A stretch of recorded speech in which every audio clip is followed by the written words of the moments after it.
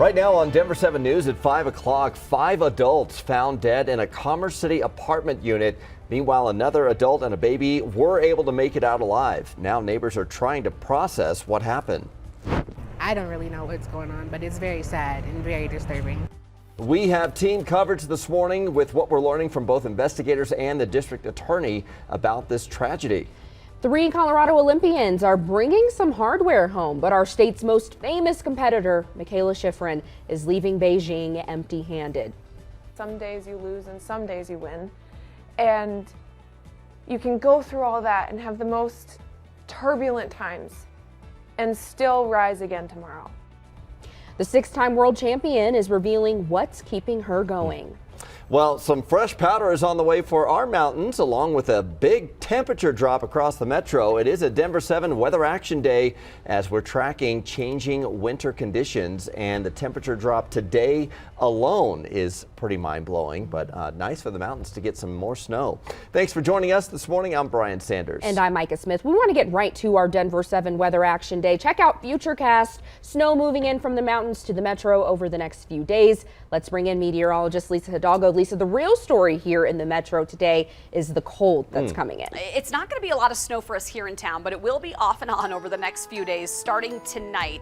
You're right, though. It's the cold. Right now, we're at near 40 degrees in Denver. By this time tomorrow morning, it's going to be about 40 degrees colder. We'll be down to near 0. So take a look. Beautiful this morning. You're going to find a mix of sun and clouds. Feels pretty good out there right now. We're going to hit highs right around 50 degrees by lunchtime. That's around 3 to 4 hours earlier than we would typically hit it. But with the cold front rolling through, those temperatures will start to drop through the afternoon. So enjoy the near 50 we'll see today. This is the last time we're going to be above freezing, it looks like, until Friday, maybe even Saturday. So some cold weather will settle in and snow is moving in too. The mountains are starting to see some of that snow. We'll get heavier snow west of the divide, pretty light here. I'll show you the timing of that and how much we're expecting in the next 24 hours.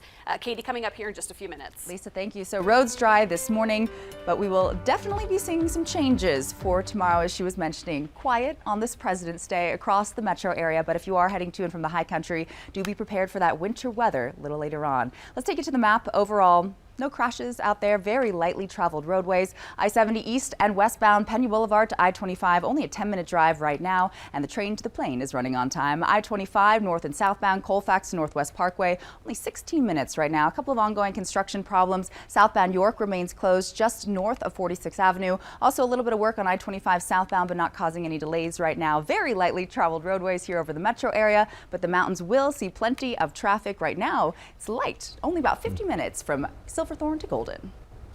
Thank you, Katie. To stay ahead of this next winter storm, download the free Denver 7 Plus app for your cell phone or your streaming device. We have a 24/7 weather stream there, also an interactive radar and hour-by-hour forecast. You can download it right now to Roku, Amazon, Apple, or Android. Well, an infant and a woman were rescued from a house of horrors yesterday. Police found 5 people dead inside a Commerce City apartment. Yeah, it is still early in this investigation, but officials say early signs are pointing to a drug overdose. We have team coverage, starting with Denver 7's Veronica Acosta live from the apartment complex off 104th near Chambers. Veronica. Well, police are still really putting together all of the pieces this morning. That police tape that was up yesterday, that's no longer here. Those police vehicles also gone. So let's run you all through what we know. 3 women, 2 men. They were found dead inside of the North Range Crossings apartment complex that's right here behind me. We're in Commerce City this morning. Police found the 5 adults after being called. That was around 3:45 yesterday afternoon. And really, it's still unclear what exactly led to the death of all 5 of those adults. But police did say they found some substances that could be described as, quote, illicit narcotics inside of the unit. They said no hazardous gases were detected inside. Now, you mentioned that 1 woman and that 4-month-old baby. They were also inside the unit, but police say they were both okay. Commerce City Chief of Police Clint Nichols expressed how grateful he was those 2 were fine, but also he shared how tough of a situation this is going to be for that 4-month-old baby. There are some people dead inside of an apartment. And an infant lived. I hope the parents were not in there, but been doing this long enough, I would probably be safe to suggest that the parents probably were inside. And so for the infant, yeah. And police did make it clear there's no longer a threat to the public, so that's something to keep in mind this morning. Coming up in the next half hour, we're going to run you through how some neighbors are feeling. We're live in Commerce City this morning. I'm Veronica Costa, Denver 7. All right, thank you, Veronica. Meanwhile, the district attorney, the prosecutor for that community, added some context. Yeah, it appears those who took one drug, those who died, that is, took one drug, and it may have been spiked with another. Denver 7's Christian Lopez continues our team coverage this morning. Christian. Yeah, definitely a very tragic situation. We did speak to Brian Mason, who is a district attorney who represents Commerce City. He was out there on the scene last night showing his support.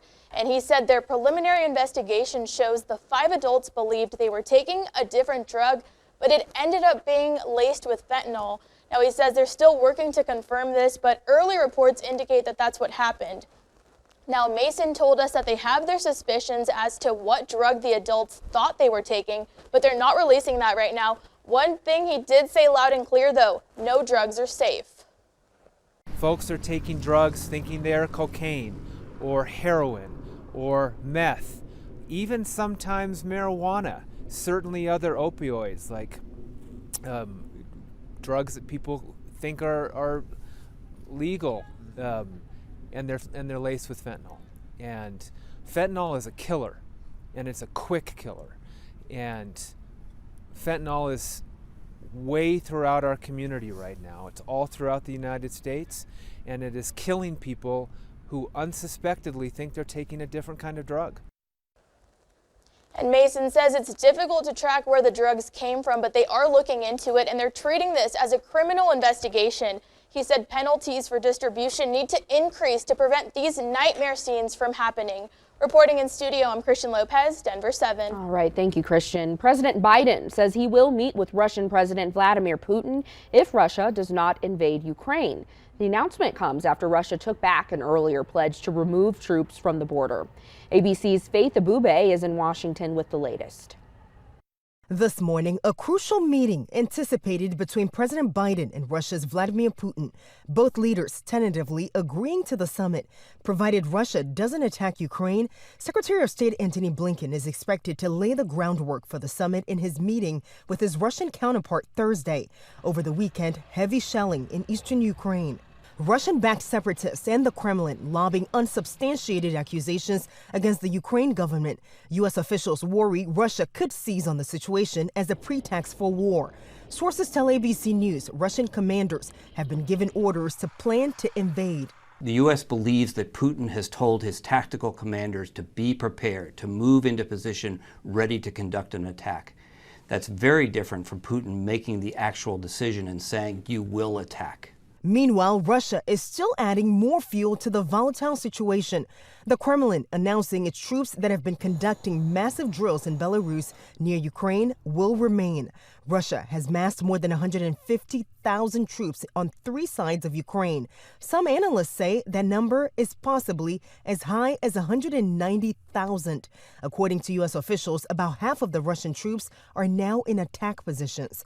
President Biden convening his national security team, hoping Russia will take the diplomatic option. Crippling sanctions also on the table if Russia decides to invade. We are talking about the real possibility of war in Europe. And overnight, in a letter to the UN, the U.S. claims it has credible information that shows Moscow is creating a list of identified Ukrainians to be killed or sent to camps following a Russian military occupation. In Washington, Faith Abube, ABC News. To some better international news, Colorado's Winter Olympians are bringing back some hardware from Beijing. The games ended over the weekend. 23 Coloradans represented Team USA. That was the second most athletes on the roster, right behind California. 3 of them won medals. Brandon Frazier of Colorado Springs took silver in team figure skating. He and his partner, Alex Neeram, competed in the free skate and short program portions of the competition. Lakewood native Nicole Hensley picked up her second Olympic medal. She's a goalie for the women's hockey team, which earned silver this year after falling to Canada. Hensley didn't start in the gold medal game, but she did help the U.S. to a 5-0 win over the Russian team. And Alex Ferreira of Aspen won bronze in the men's free ski half-pipe event. It's the second consecutive Olympics he has medaled in this event. He took silver in the same event in 2018. Well, unfortunately, Michaela Schifrin is going to be returning from Beijing with no medals. She placed 4th in her last competition Saturday, the team slalom. The 6-time world champion had won gold and silver back in 2018. This time, the Colorado native did not finish 3 of the 5 individual events she competed in. She ended up placing 18th in downhill and 9th in Super G. Schifrin sat down with CNN to talk about the challenges of this year's games. Like, I failed because I was trying so hard, maybe too hard. And maybe after 12 years in the ski career, I should have known how hard to push and not go over that limit. But I pushed harder because I wanted it, and that's not really an excuse. It's just, I'm going to go out again and try next time, but fewer people will be watching. Schifrin says while the competition did not go as planned for her, she still thinks she can win again in the future, and we are all still so proud of her. It had to be so weird with no one really in the stands and all the COVID protocols that they had to go through. Certainly an odd scene there at the Olympics, and we know she'll be back. She's only 26 years old. A lot of time left. And she's amazing. Come on. Now at 5:11, take a look. It's a Denver 7 weather action day. The winds are going to start to shift here pretty soon. A cold front's going to race through this morning. So we're going from early on temps in the 30s and 40s to by tomorrow morning, single digits. I'll show you those winds, the direction, how they're going to switch, and when that snow is going to move in. Katie, coming up here in just a few minutes. Oh, it's coming. Thanks, Lisa. Hey, in terms of conditions across town this morning, roads are cruising along just fine on I-25 near 8th Avenue in Denver. If you're heading to the high country, though, I'll take you through our drive times and what the conditions look like out to the west coming up. Cryptocurrency is getting more popular. Now the Justice Department is creating a whole new position to address a rise in crimes from the digital payment system. Plus, they're fast and you can really just full throttle haul on these things. It is the Frozen Fast and Furious. We are going into the backcountry to show you this unique go-karting experience.